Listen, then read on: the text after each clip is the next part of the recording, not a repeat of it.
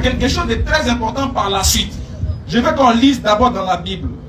Deutéronome chapitre 4, à partir du verset 14 et suite, si je ne m'abuse. Il y a quelque chose que maman, les catholiques ont fait.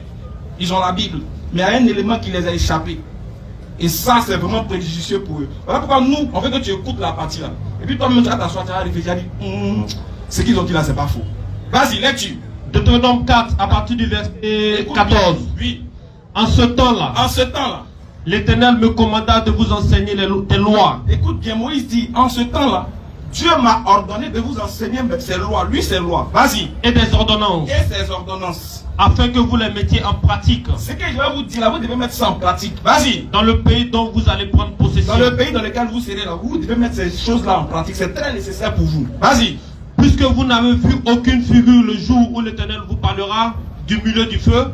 Moïse rappelle à ses enfants, aux enfants d'Israël, le jour où Dieu vous a parlé du milieu du feu là, vous n'avez pas vu son visage.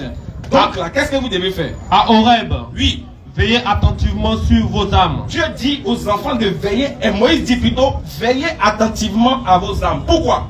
De peur que vous ne vous corrompiez. De peur que vous ne vous corrompiez. Et que vous ne vous fassiez une image taillée. C'est-à-dire, quiconque va faire une image taillée a corrompu son âme. Regarde la corruption de l'âme. Regarde comment ça va commencer. Dieu va citer ce que c'est que la corruption de l'âme. Si tu te retrouves dans ça, tu sais en même temps que c'est pas bon. Continue la lecture. Une représentation de quelques idoles. Dieu dit, il ne faut pas, on va faire une représentation de quelques idoles. La figure d'un homme ou d'une femme. Faut pas, on va faire statue d'un homme ou d'une femme. Stop. Question. À l'église catholique là, il y a statue d'homme ou il n'y a pas statue d'homme?